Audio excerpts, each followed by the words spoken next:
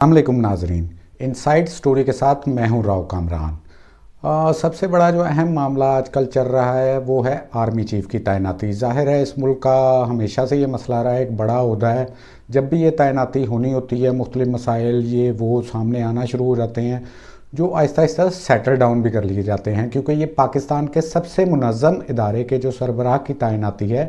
اس کا معاملہ ہے، اور اس کو امید ہے کہ یہ اب جو خبریں ہمارے پاس آئی ہیں، ہمارے سامنے آ رہی ہیں، ان کے مطابق آرمی چیف کی جو تعیناتی کی سمری ہے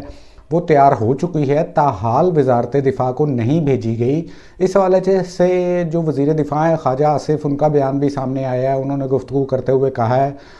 کہ منڈے کو یہ سمری جو ہے وزارت دفاع میں پہنچ جائے گی، جہاں سے یہ سمری فوراً ہی موو کر دی جائے گی وزیر اعظم ہاؤس، اور وزیر اعظم اس پر فیصلہ لینے کے بعد 1 سے 2 دن کے اندر یہ تعیناتی کا عمل مکمل ہو جائے گا۔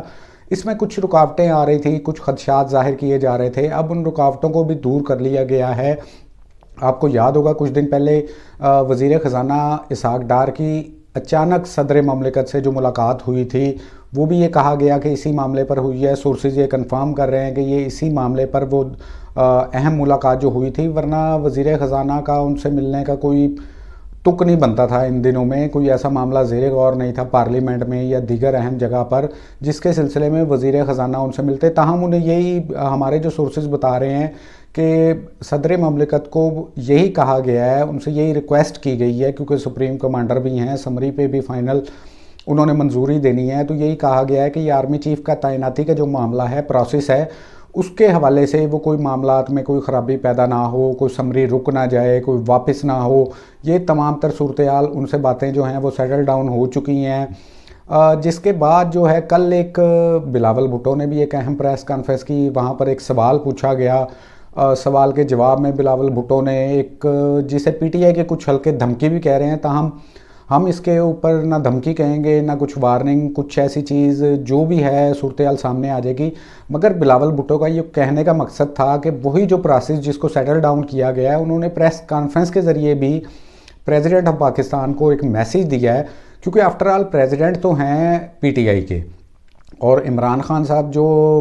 ہیں ان کا سب کو پتہ ہے کہ وہ کسی بھی ٹائم اپنی موو چینج کر سکتے ہیں، اور ان کے کہنے پہ یہ نہ ہو کہ پریزیڈنٹ کوئی گڑبڑ کر دیں اور معاملہ کچھ ڈیلے ہو جائے، اور تو کچھ نہیں ہو سکتا، صرف کچھ عرصے کے لیے ڈیلے کیا جا سکتا ہے،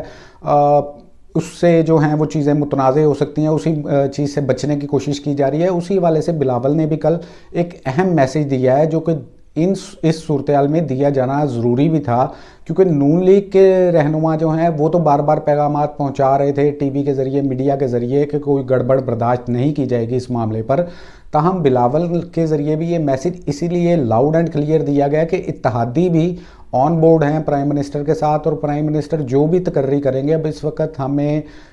ڈسکس نہیں کرنا چاہیے کہ تقرری کس کی ہوگی، کیسے ہوگی، اب وہ معاملات سیٹل ڈاؤن ہو چکے ہیں۔ میرا خیال ہے کہ نیکسٹ سیٹرڈے سے پہلے جو عمران خان نے اعلان کیا ہے اس سے پہلے یہ تمام تر صورتحال واضح ہو چکی ہوگی، اور بلاول کا میسیج بھی اسی سلسلے میں دیا گیا ہے، اور سورسز بھی یہی بتا رہے ہیں کہ پریزیڈنٹ اس سمری کو روکنے کی غلطی نہیں کریں گے، نہ ہی اس میں کوئی رکاوٹ ڈالیں گے، نہ ہی سمری کو کوئی لیک کیا جائے گا۔ یہ بھی ایک پوائنٹ تھا کہ یہ نہ ہو کہ پریزیڈنٹ آف پاکستان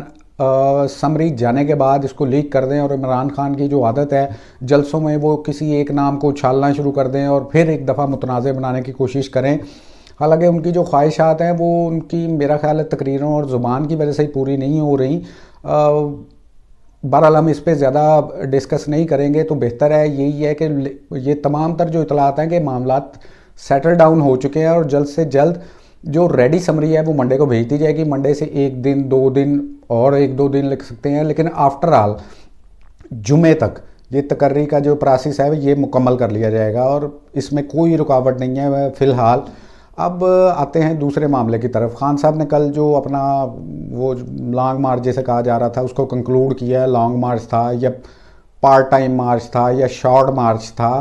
وہ جو بھی آپ اسے کہہ لیں، مختلف حلقے اسے مختلف ناموں سے بلا رہے ہیں، کیونکہ اس طرح کا جو ریسٹ والا مارچ ہے وہ بھی اس قوم نے پہلی دفعہ ہی دیکھا ہے، کیونکہ اس سے پہلے مارچ ہوتے رہے ہیں، لیکن اس طرح ریسٹ کر کے 2-3 گھنٹے کا جو ایک پروسیس ہے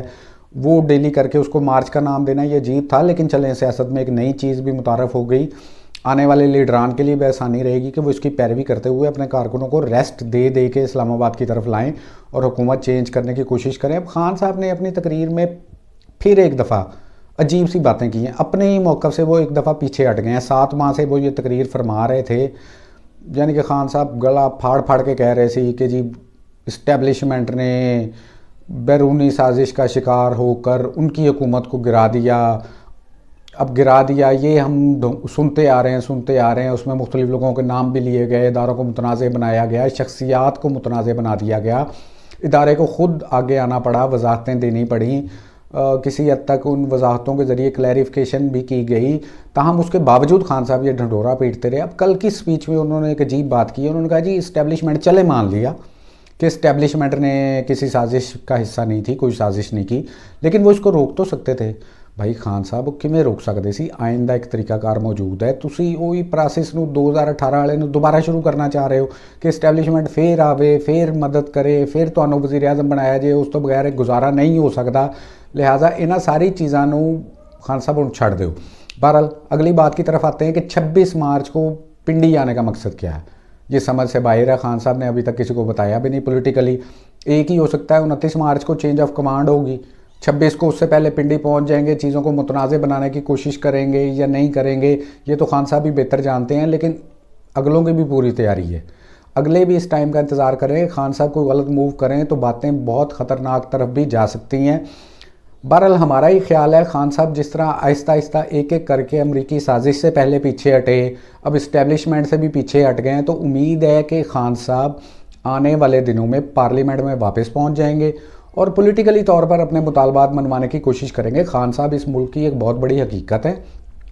دوسری جماعتوں کو بھی یہ یاد رکھنا چاہیے۔ تو خان صاحب کو روکنے کا ایک ہی طریقہ ہے پولیٹیکلی، کہ خان صاحب کو کسی طرح اسمبلیوں میں واپس لایا جائے، وہاں پہ وہ اپنا ایک رول پلے کریں، الیکشن پہ بات ہو، جو ہو وہ پارلیمنٹ میں فیصلہ ہو جائے، معاملات حل ہو جائیں، اس میں کسی ادارے کا یا کسی کا بھی کوئی رول نہیں ہونا چاہیے۔ تو اب دیکھنا یہ کہ خان صاحب کرنا کیا چاہ رہے ہیں۔ ویسے تو ہمیں یقین ہے خان صاحب کچھ نہیں کریں گے، لیکن خان صاحب ایک ایسا کریکٹر نے جڑے کسی بھی ٹائم کچھ بھی کر سکتے ہیں، کچھ بھی سوچ سکتے ہیں، وہ سوچ کے وہ اپنے چاہن والوں کو پیغام دے دیں گے، پارٹی ورکرز کو وہ پیغام دے دیں گے اور اس طرف موو شروع ہو جائے گی۔ اب ایک ہی خطرہ پیدا ہوتا ہے کہ خان صاحب پنڈی پہنچے، پنڈی میں تقریر میں کچھ ایسی اناؤنسمنٹ کریں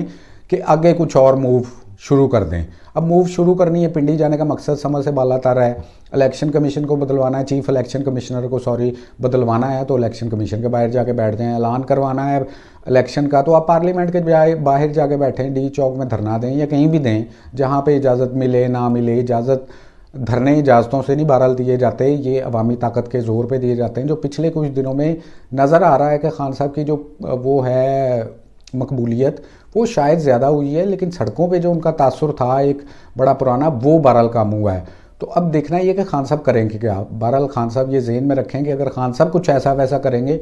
تو اگلی جو پارٹی ہے وہ بھی کچھ ایسا ویسا کرنے کے لیے تیار ہے۔ اسلام آباد میں مختلف تیاریاں جاری ہیں، مختلف اجلاس جاری ہیں، مختلف آپشنز پہ غور ہے۔ ایک دو دنوں میں جیسے ہی خان صاحب، کیونکہ خان صاحب 6-7 دن بعد اپنے پیٹ میں نہیں رکھ سکتے، تو وہ آہستہ آہستہ کچھ نہ کچھ خود ہی اس کا اظہار کر دیں گے، اور جیسے ہی اظہار کریں گے ویسا ہم کو جواب میں مل جائے گا۔ اب تک کے لیے یہی ہے میرے پاس انفارمیشن، باقی نیکسٹ ٹائم۔ اللہ حافظ۔